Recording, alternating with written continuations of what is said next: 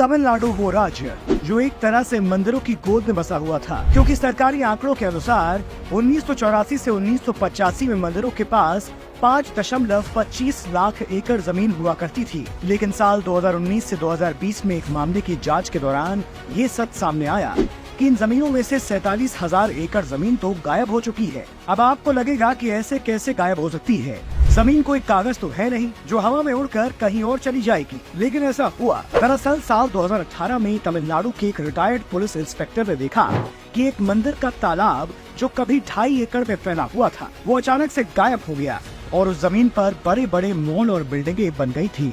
इस मामले को लेकर जब वो कोर्ट पहुंचे तो जांच में पता चलता है कि ऐसे तो सैकड़ों केस हैं और इसी के चलते 47,000 एकड़ जमीन गायब हो गई। हाई कोर्ट में याचिका दाखिल करने वाले पिटिशनर के अनुसार ये सारी धांधली पिछले 40 साल से चल रही थी और इस धांधली में मुख्य भूमिका थी टेम्पल ट्रस्ट की और तमिलनाडु सरकार की, Hindu religious and charitable trust की।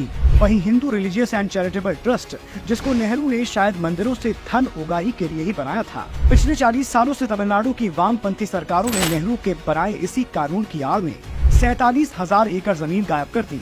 क्या इसे देखने के बाद भी आपको लगता है कि नेहरू हिंदू विरोधी नहीं थे और तमिलनाडु गठबंधन सरकार में शामिल कांग्रेसी हिंदुओं से बहुत प्रेम करते थे? वैसे भी तमिलनाडु जैसे राज्य में जहां मंदिरों पर बुलडोजर चलाने वाला स्टालिन जैसा सीएम हो और सनातन को खत्म करने की सुपारी लेने वाला उदयनिधि जैसा सीएम का बेटा हो, उस राज्य में मंदिरों की जमीन पर अवैध डकैती होना कौन सी बड़ी बात है? जो लोग सनातन को डेंगू मच्छर समझते हो, उन लोगों को मंदिरों की जमीन हड़पते हुए कौन सा डर सताएगा? आपने कभी सोचा है कि ये लोग आज सिर्फ तमिलनाडु, केरल और आंध्र प्रदेश जैसे राज्यों में सत्ता का कानून बनाकर एक तरह का जजिया कर हमारे मंदिरों से वसूल रहे हैं? हिंदू मंदिरों के बोर्ड में गैर हिंदुओं को बिठा रहे हैं, मंदिरों का कंट्रोल अपने रिश्तेदारों को दे रहे हैं।